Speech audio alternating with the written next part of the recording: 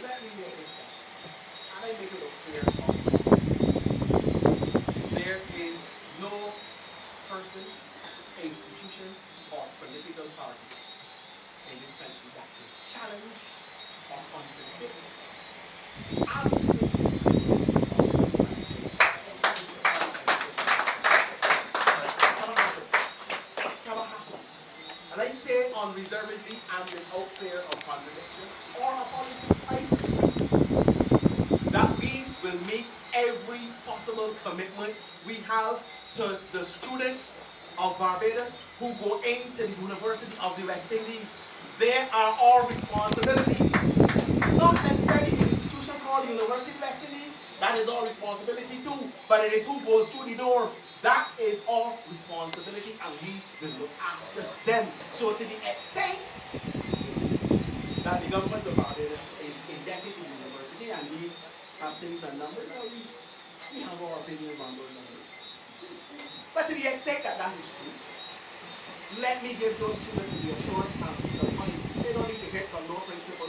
They hear it from the finance minister of Barbados. I have two of my cabinet colleagues here right now, and I can tell you that absolutely we will meet the commitment of those students to go to the university, to study, and to get out of there and get good jobs. We will do that. We will make changes in what we have to do. We will make changes, we will cut costs, but we will ensure that university education, as long as we are in the government, remains free to the poor people of this country, so that their children and their children's children can have education. But I make this point too, that we have a fiduciary responsibility to the taxpayers of Barbados to ensure that every single cent is spent right and properly. And more importantly too, is accounted for. And there's nobody, if I, as Minister of Finance, have a responsibility to the Parliament of Barbados and the people of Barbados to be accountable for the money which is spent and appropriated on various things in this country, then every other individual has that responsibility too, wherever they may be located. And I make that point without fear of contradiction. Because I want to share with you some statistics. I'm going to share everybody say anything, so I think I need to share them with you. But I want you to understand where you can't my business. Look, I need to make this point. Because people have to understand what we're dealing with. The University of the West Indies budget alone accounts for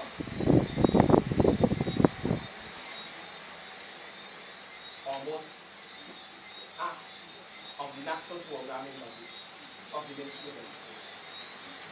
We are spending more money on the University of the West Indies than all of the other establishments in the education system. BCC, SJPP, secondary schools, primary, nursery, everything put together.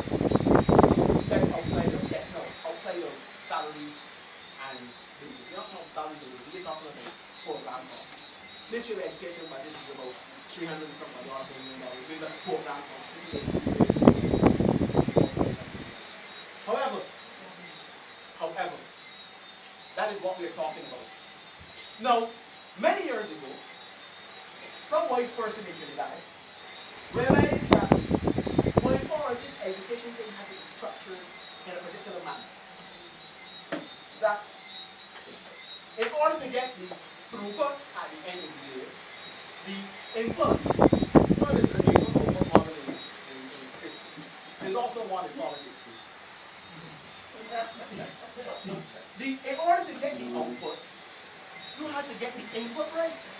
You have to ensure that what is going in is of such superior quality that when the conversion process takes place, what is coming out is also of a superior quality. So that wise person or persons, when Barbados was boasting of putting so much money in gov't, the Trinidadians were putting the bulk of their education secondary and immediate post-secondary establishment. Sixth forms, junior colleges, technical colleges, and so forth and so on. Even associate degrees, A levels, and so forth and so on. So the bulk of their students, they were building infrastructure, getting spaces, building capacity, putting these students through there.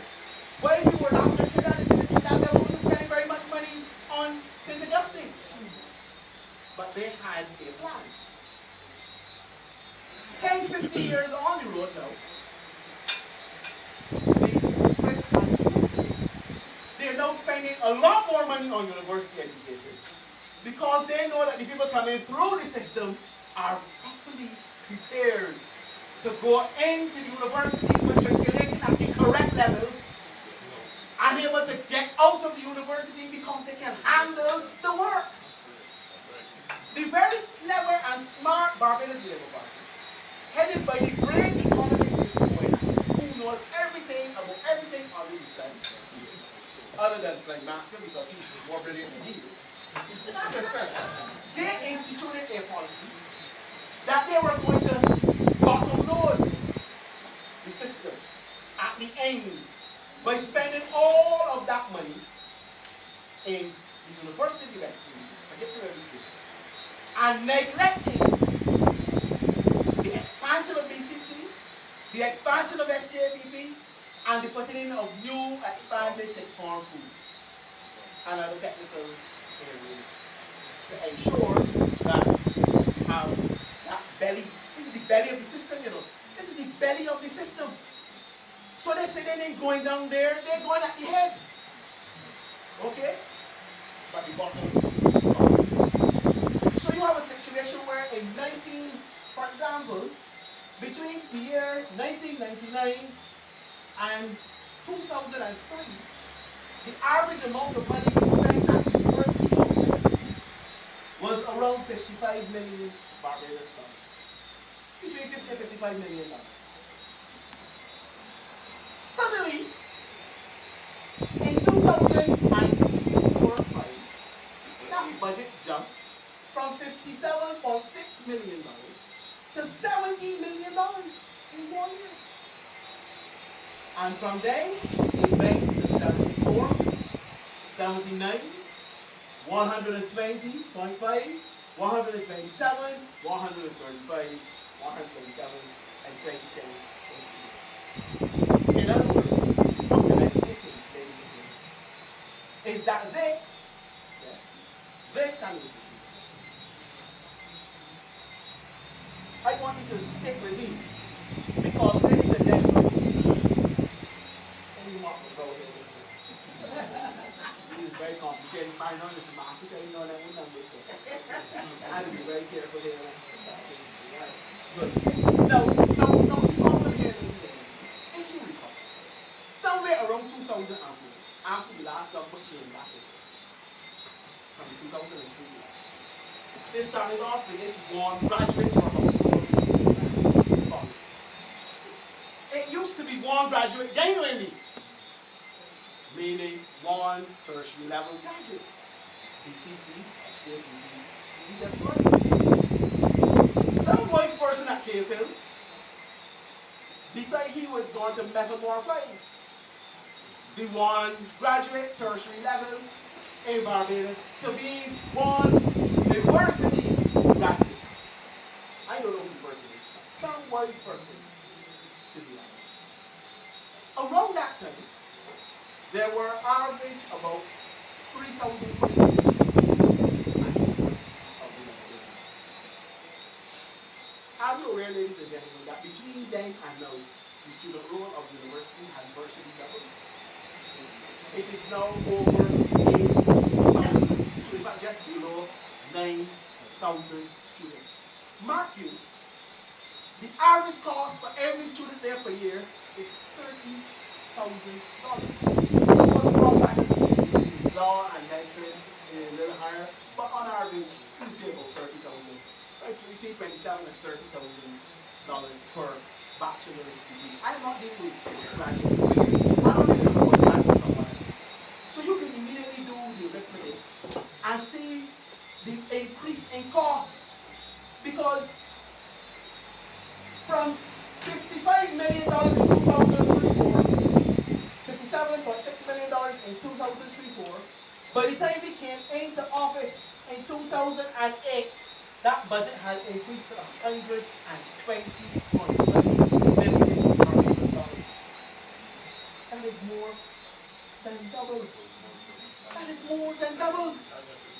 Put 150%. But put yourself now in the situation in which Barbados is now on the front end of the world's greatest recession.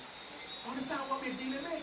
When you hear people talking about the government owing the university $150 million, understand that this massive expansion in the university population, when it should have been slowing down because of the recession, and it ought not to have been happening.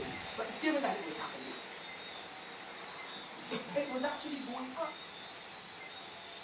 It was going up to the extent where now on average, if you, and this is just economic costs, when you add the tuitions to another $30 or $40 million, you are talking about the $170 million odd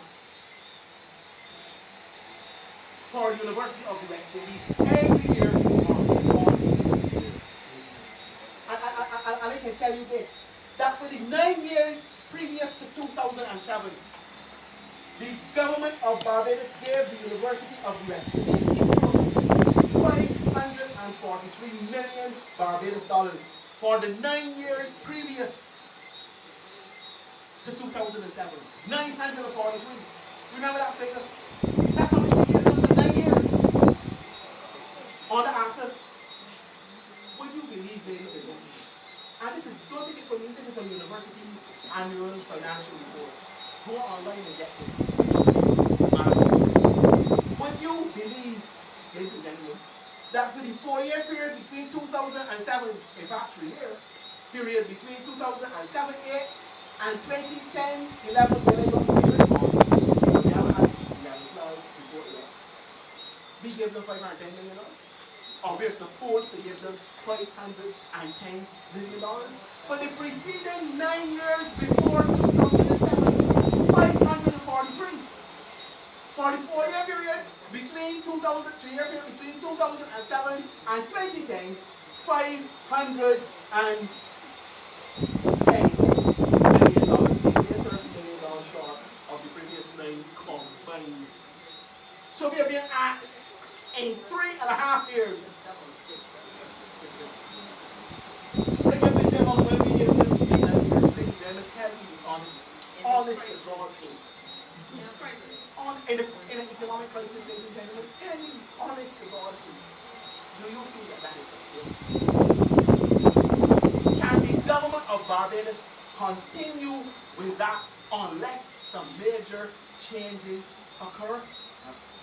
In terms of cost containment, in terms of ensuring that the matriculation levels are brought up to a level and that the students get in and get out.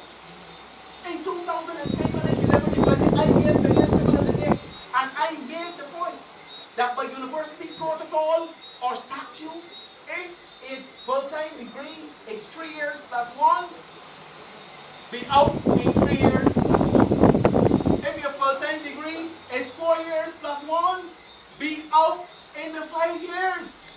People beat up on me. They said that they get out of university and they rinse down their dust. I have no problem. I know, because students is come and tell me. Because most of them don't get for 7 years. Yes.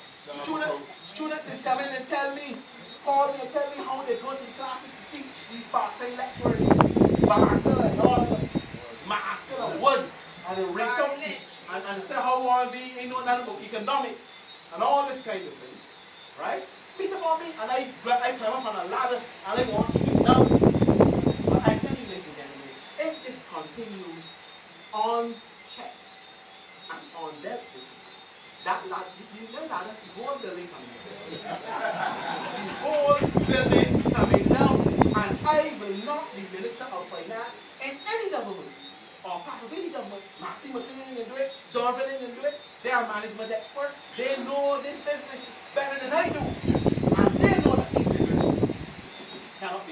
in grades. And we've said to them, we've said to the university, we have to sit down and have a conversation about it. We got to know who's going in, and we got to know when they're coming out, what they're coming out with. Because better quality in is better quality out. And people who are going to the university should be able to complete their course of study in a reasonable period of time, bar from illness or things, because these things happen. You make accommodations for those. But it cannot be the situation in which the exception becomes the rule. Where the people who want to matriculate at the full thing become the bulk of the students, and the people which they are. Now, I'm not even going to give you the figures, but I'm not making that. I believe we have to protect the university and protect the quality. My degree comes from University of the West Indies. His comes from University of the West Indies. Dr. McLean.